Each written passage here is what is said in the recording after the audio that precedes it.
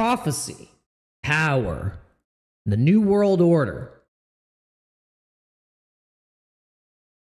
Okay, this presentation explores theories and interpretations found in religious, political, and online discussions. It is not presented as a fact, but as a framework for analysis and up for debate.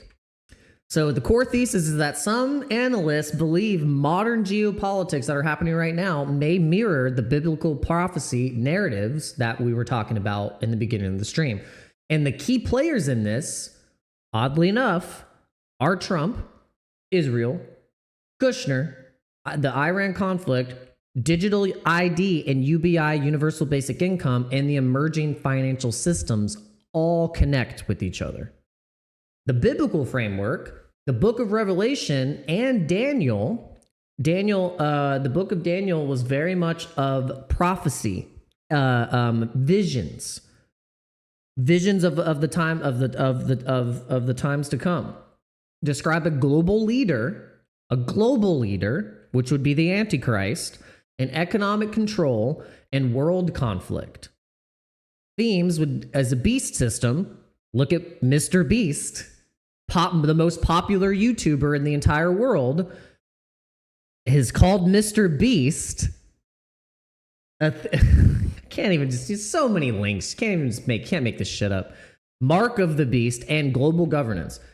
The Israel prophecy is that many interpretations place Israel at the center of the end times of the geopolitics because they claim that they, as God's chosen people, will gain full control over Jerusalem and alliances with the global powers, and it's often always highlighted through the balances of power. And the Iran war, and Iran as a society is the direct destabilizer of this prophecy. Troll's role in the narrative: some speculate Trump's policies toward Israel and Jerusalem recognition with the Abraham Accords align with the prophecy narrative. The supporters see him as a defender of Israel, and then the critics are speculating about a future global leader archetype.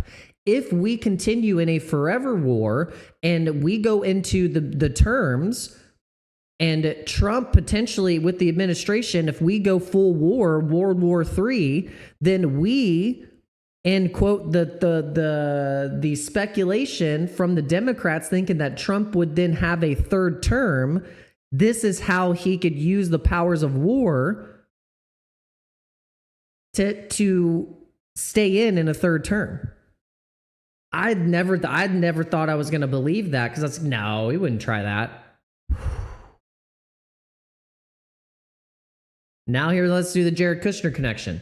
Kushner helped broker the Abraham Accords. He has deep ties to Israel leadership and Middle East diplomacy. Some theorists view this as a groundwork for the broader geopolitical restructuring. And Jared Kushner is Trump's daughter's husband. The Iran factor. Iran is often depicted in prophecy interpretations as the destabilizing regional power. A major conflict involving Iran could reshape the global alliances and energy markets. So as you can see what it's doing right now. The global destabilization means large wars, historically accelerated political and economic restructuring. You see the defense contractors making a ton of money. Like all the people, we always know that we make money from war. Some theories suggest Middle East conflict could trigger the broader global power shifts, which it has, and then we bring in now the digital control systems that come in after the destabilization. Digital IDs, because this is what they did in 9/11. They destabilized us through 9/11, bringing in the Patriot Act, which gave out full privacy, broke all privacy laws and let the government spy on everyone. By the works and the whistleblowing of Edward Snowden. So the digital IDs and the central bank digital currencies and the biometric system are sometimes compared to the mark of the beast concept. These technologies could theoretically control access to financial systems.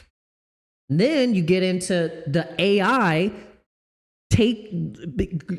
obliterating jobs, millions of jobs. So millions of people are now out of work and they don't have a way to now get a job because the companies that are now would have been the companies to go get an administrative job or just a grunt job. Now those are getting replaced by autonomous, automated work. So what do you do? How are you going to make money? How are you going to buy food? How are you going to literally UBI? And how is the universal basic income going to be dished out? It's going to be dished out through a smart contracted stable coin. And then it'll have provisions on it in a smart contract where it's like you have to spend it on a certain time. If you don't spend it, it could go away. Or if they don't like what you're saying, they can turn it off. Because now you're in it now because you are part of you are now part of a demographic that is lower income. Because now you're receiving UBI, so now they're not going to let you do certain things because you don't have enough money. That's already happening in China. It's called the social credit score.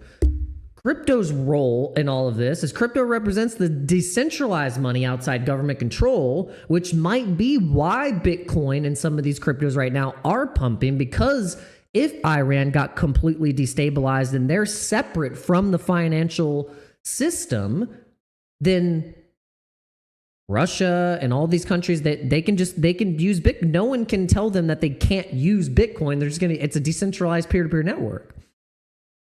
Same with ETH. So inside the prophecy discussion, some argue crypto could either challenge or eventually integrate into a global financial system. So I think it's both. This is where it gets interesting, is I think it's both. So the possible scenario map is the regional war destabilizing markets. That's happening. Global economic restructuring. That's happening. Rise of centralized digital identity systems. That's happening in Europe. Emergence of global financial governance. That's happening with AI. Questions for discussion. Now let's see. Is modern geopolitics coincidentally aligning with ancient prophecy narratives? I'd say it is. Or are these interpretations projecting meaning onto complex global events? I would say, what do you think? Closing thought, understanding these narratives and shaping the public perception is important for analyzing this stuff, because it is how we're going to plan our future. So that's my breakdown for today. Thank you guys for tuning in, and I'll see you on the next one.